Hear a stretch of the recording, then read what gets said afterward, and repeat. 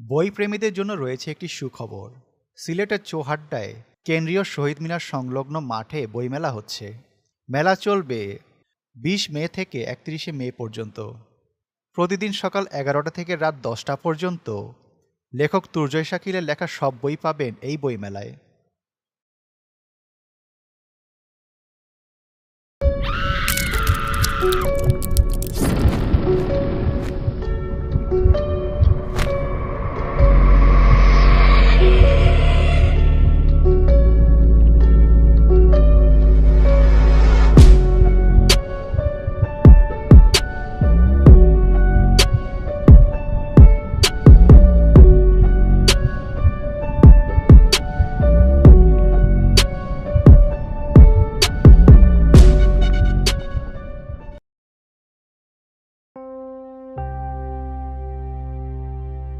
আকাশটা ছিল মেঘে ঢাকা। বিকেল হলেও যেন অন্ধকারে ডুবেছিল চারিদিক। সূর্যের আলো যেন বাধা পেয়েছে কোনো অদৃশ্য দেওয়ালে। বৃষ্টি পড়ার কোনো পূর্বাভাস ছিল না, কিন্তু বাতাসে ভেসে বেড়াচ্ছিল এক অদ্ভুত ভেজা মাটির গন্ধ। ব্যাংককের ফ্রা খানং এলাকার একটা পুরনো বাড়ির সামনে দাঁড়িয়ে আছে এক যুবক। তার নাম সোমচাই। সদ্য থাইল্যান্ডে আসা এই ছেলেটি কিছুদিন ধরে ফ্রা খানং এলাকায় বাস করছে। বাসা ভাড়া নেওয়ার সময় তার বাড়িওয়ালা তাকে সাবধান করে দিয়েছিল। বলেছিল, এই এলাকাটা অভিশপ্ত। রাতে বেশিক্ষণ বাইরে থেকো না, কাজ শেষ করে দ্রুত বাসায় চলে আসবে। অভিশপ্ত মানে? এই শহরে অভিশাপ কোথা থেকে আসবে চাচা? সেটা তোমার না জানলেও চলবে। দিনের আলোয় এই এলাকাটা যেমন প্রাণবন্ত মনে হয়, রাত নামলেই সেটার রূপ বদলে যায়। তুমি এখানে নতুন, কিছুদিন থাকো, নিজেই বুঝতে পারবে। কি যে বলেন না চাচা। সাবধানে থেকো, আর রাত ঠিক 10টার পর দরজা বন্ধ করে দিও। কিছু শুনলেও কখনো দরজা খুলতে যেও না। ঠিক আছে চাচা। কিন্তু সোমচাই এসব কথায় পাত্তা দেয়নি।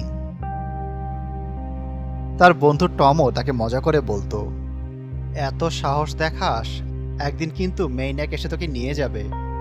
সোমচাই এ কথাগুলোতে হাসত। মেইন্যাক ছিল ব্যাংককের একটি পুরনো আরবান লেজেন্ড। কথিত আছে, বছরখানেক আগের কথা, যখন ফ্রা খানং ছিল এক নির্জন গ্রাম। সেখানে এক মহিলার মৃত্যুর পর তার আত্মা এলাকায় তাণ্ডব চালায়। তার নাম ছিল মেইন্যাক। সোমচাই সেই ম্যাক বিষয়ে অনেক গল্প এবং সতর্কতা শুনলেও সে তার মতোই চলাফেরা করত। মাঝে মাঝে বাড়িতে দেরি করেই ফিরত। তো এক রাতের ঘটনা। সোমচাই একদিন গভীর রাতে বাসায় ফিরছিল। রাস্তা পুরো খালি।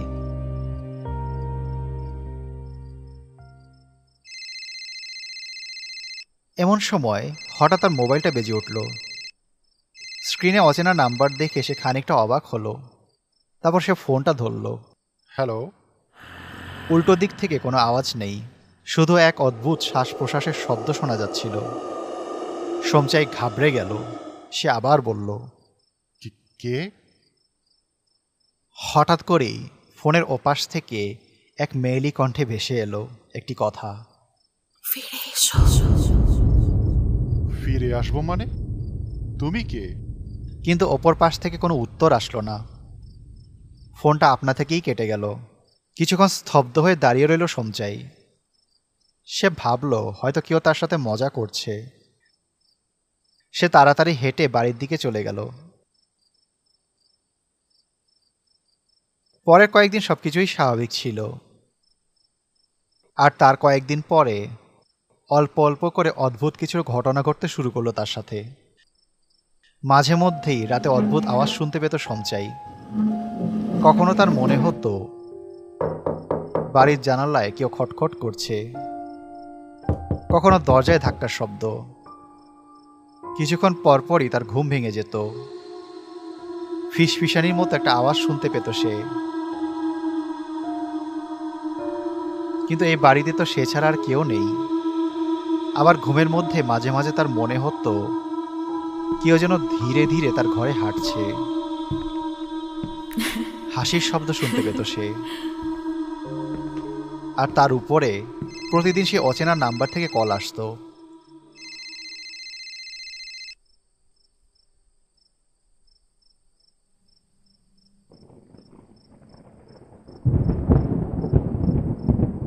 এক রাতে সে সাহস করে ওই নাম্বারে কল ব্যাক করলো। ফোনটি বেজেই চলল, কিন্তু কেউ ফোন ধরল না। ফোনটা কেটে যাওয়ার পর মুহূর্তেই ঘরের বাতি মিটমিট করে জ্বলতে শুরু করলো। হঠাৎ প্রবল বজ্রপাতের শব্দে সে জানালার দিকে তাকালো। জানালার বাহিরে অন্ধকারের মধ্যে এক সাদা কাপড় পরা মহিলার ছায়া স্পষ্ট দেখা যাচ্ছিল। মহিলাটি খুব আস্তে আস্তে জানালার দিকে এগিয়ে আসছিল। তার মুখটা ঘোমটা দিয়ে ঢাকা, কিন্তু তার ভেতর থেকেও আবছাভাবে দেখা যাচ্ছিল দুটি সাদা চোখ। সঞ্চয় ভয়ে আতঙ্কে সেদিকে তাকিয়ে রইল। ভয়ে ভয়ে সে জিজ্ঞাসা করল, কে তুমি? তুমি কি চাও? সে অবয়বটি কোনো কথা বলল না। কিছুক্ষণ নিস্তব্ধতা, তারপর বলল, তুমি আমাকে ভুলে গেছো, কিন্তু আমি তোমাকে ভুলিনি। সঞ্চয়ের মুখ দিয়ে কোনো কথা বেরোচ্ছিল না। তুমি কি চাও? ফিরে এসো, আমার কাছে ফিরে এসো। আমি বহু বছর ধরে তোমার অপেক্ষায় আছি। সঞ্চয়ের হাত পা ঠান্ডা হয়ে যাচ্ছিল ভয়ে। হঠাৎ করে জানালার বাহিরে বজ্রপাতের আলোয় মহিলার মুখ কিছুটা দেখা গেল। তার মুখ ছিল বিকৃত, চোখের গর্ত থেকে কালো রক্ত ঝরছে। সঞ্চয় আর সহ্য করতে পারল না, সে জ্ঞান হারিয়ে ফেলল। সেই দিনের ঘটনার পর সঞ্চয় আতঙ্কিত হয়ে তার বন্ধু টমের কাছে গেল। টম ব্যাংককেরই একজন স্থানীয় বাসিন্দা, আর ফ্রাক হানং এলাকার পুরনো ঘটনাগুলো সম্পর্কে সে ভালোই জানে। সঞ্চয় তার কাছে গিয়ে সব কথা খুলে বলল। অদ্ভুত ফোন কলগুলো, জানালার ছায়া আর সাদা কাপড় পরা সে মহিলার উপস্থিতি। টম কিছুক্ষণ চুপ করে রইল, তার চোখে মুখে চিন্তার ভাঁজ। তারপর গম্ভীরভাবে বলল, তুই কি জানিস মেইনাকের আসল গল্প? হ্যাঁ, ওই ভৌতিক গল্পটা তো সবাই জানে। গল্প নয় সঞ্চয়, এটা সত্যি। তুই যা দেখেছিস সেটাই মেইনাক। এই ফ্রাক হানং এলাকায় অনেক বছর আগে মেইনাক নামের এক মেয়ে থাকতো। সে তার স্বামী ম্যাককে ভীষণ ভালোবাসত, কিন্তু যখন সে গর্ভবতী ছিল তখন তার স্বামী তাকে সে অবস্থায় রেখে যুদ্ধে চলে যায়। সেই সময় মেইনাক অসুস্থ হয়ে পড়ে এবং এক রাতে বাচ্চা প্রসবের সময় তার মৃত্যু হয়। মেইনাক মরার পরও তার আত্মা বাড়িতে অপেক্ষা করছিল তার স্বামীর জন্য। যুদ্ধ থেকে ফিরে তার স্বামী ম্যাক বাড়ি এলো, কিন্তু সে জানতো না যে তার স্ত্রী আর জীবিত নেই। তারা আগের মতোই সংসার করতে লাগলো, একসাথে খাওয়া, ঘুম। কিন্তু আশেপাশের লোকজন বুঝতে পেরেছিল আসল ঘটনা। তারা ম্যাককে সতর্ক করতে এলে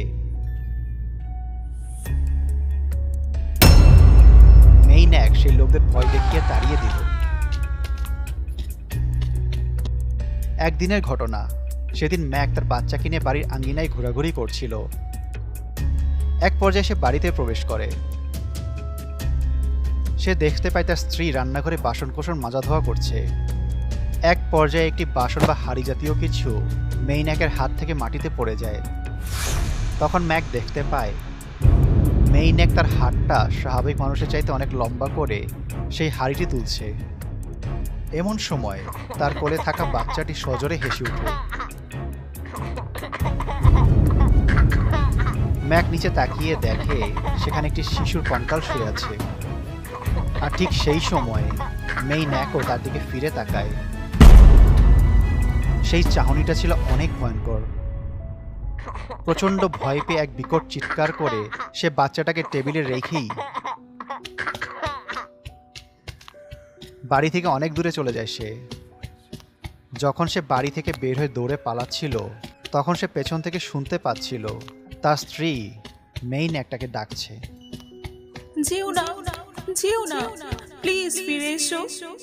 আমি তোমাকে অনেক ভালোবাসি। আমাকে এভাবে রেখে চলে যেও না প্লিজ।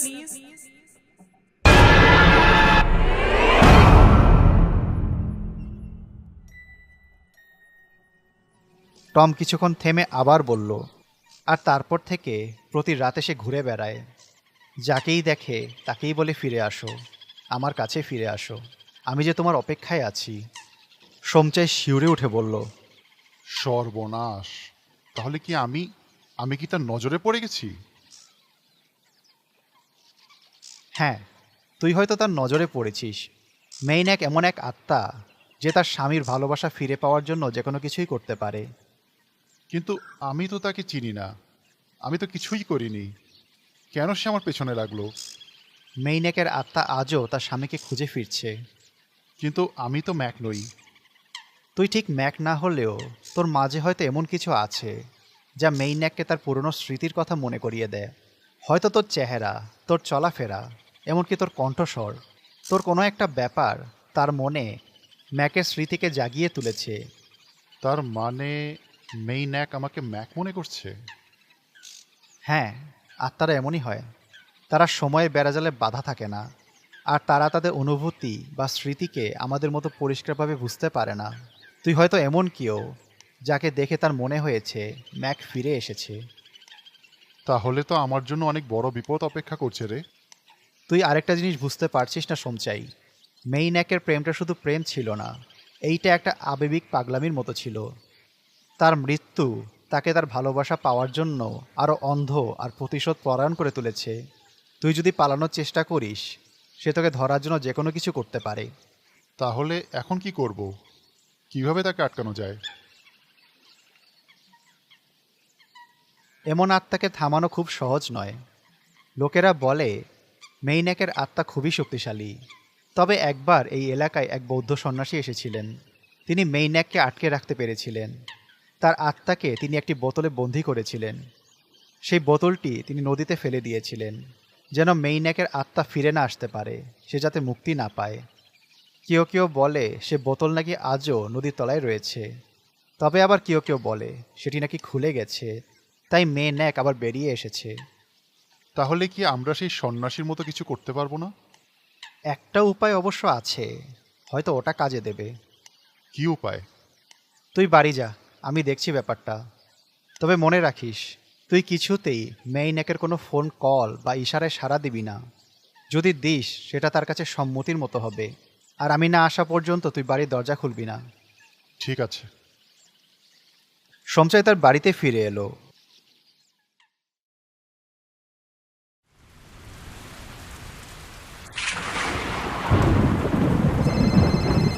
রাতে আবার ফোনটা বেজে উঠল। ফোনে টমের নাম ভেসে উঠল। সোমচাই ফোনটা ধরল। Hello Tom. তুমি আমার কাছে আসবে না, তাই না? কে? আমি মেইন্যাক, তোমার ন্যাক। ন্যাক? মেইন্যাক? সোমচাই ফোন রেখে দেয়। এরপর বারবার ফোনটা বাজলেও সে আর ফোন ওঠায়নি। ঘাপটি মেরে এক কোণে বসে থাকে সে। হঠাৎ করেই ঘরের বাতিগুলো তীব্র আলোতে জ্বলে উঠল। তারপর এক এক করে লাইটগুলো ফেটে গেল। অন্ধকারে ঢেকে গেল পুরো ঘর। শুধু জানালা দিয়ে বাইরের আলো আসছে। সোমচাইয়ের বুকের ধুকধুকানি বেরিয়েই যাচ্ছিল। ঘরের ভেতরে বাতাসটা যেন আরো ভারী হয়ে উঠছিল। গোমট একটা অস্বস্তি ছড়িয়ে পড়েছিল পুরো ঘরে। আর ঠিক তখনই দরজা খোলার শব্দ। দরজার দিকে তাকাতেই সে দেখল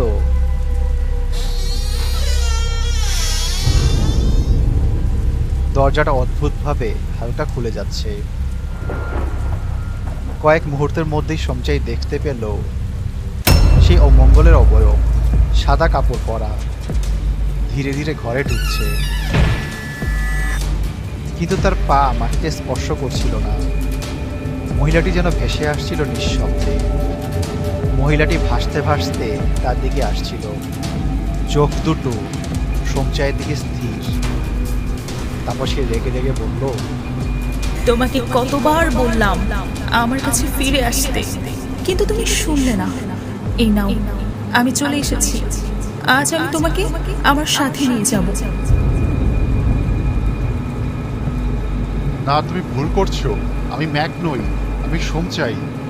আমি তোমার সাথে যাব না। তাহলে মরার জন্য প্রস্তুত হও। মেই ন্যাক সমচায়ের গলা চেপে ধরল, তাকে শূন্যে তুলে নিল।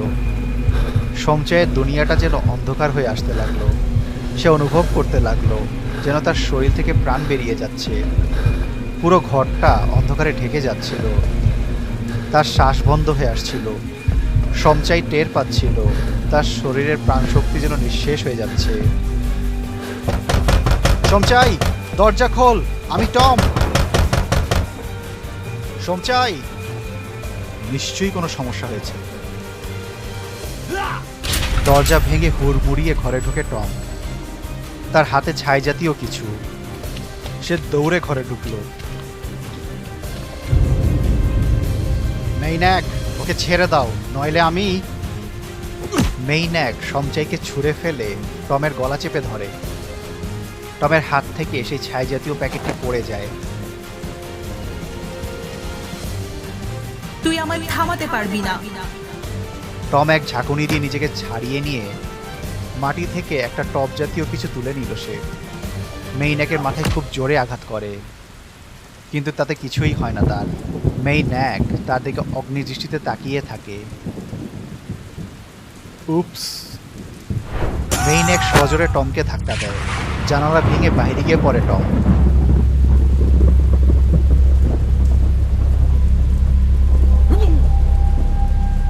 তারপর বলে, এবার তোর পালা, মরার জন্য তৈরি হ।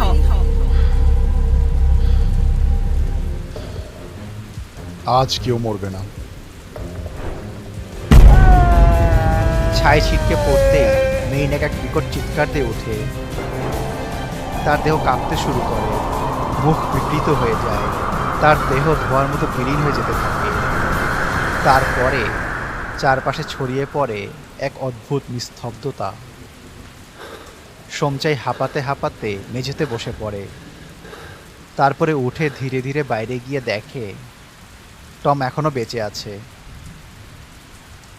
টম, সে ছুটে যায় টমের কাছে।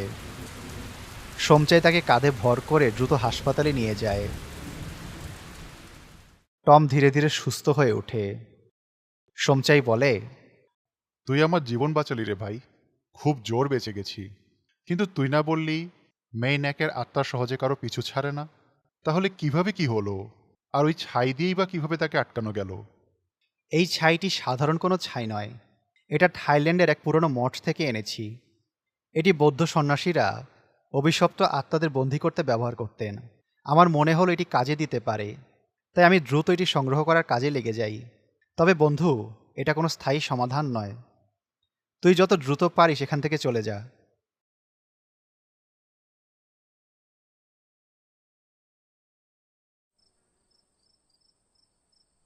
সমচাই দেশ ছেড়ে চলে যায়। টম সুস্থ হয়। কিন্তু আজও ব্যাংককে গভীর রাতে বাতাসের মধ্যে ভেসে বেড়ায় একটি ফিসফিসানি। ফিরে এসো।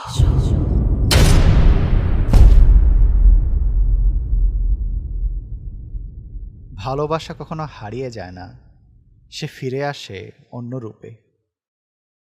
বর্তমানে ব্যাংককের ওয়াত মাহবুদ মন্দিরে মেইন্যাকের একটি ভাস্কর্য রয়েছে, যেখানে দর্শনার্থীরা মেইন্যাকের বাচ্চার জন্য খেলনা আর মেইন্যাকের জন্য দামি পোশাক উপহার হিসেবে দিয়ে যায়।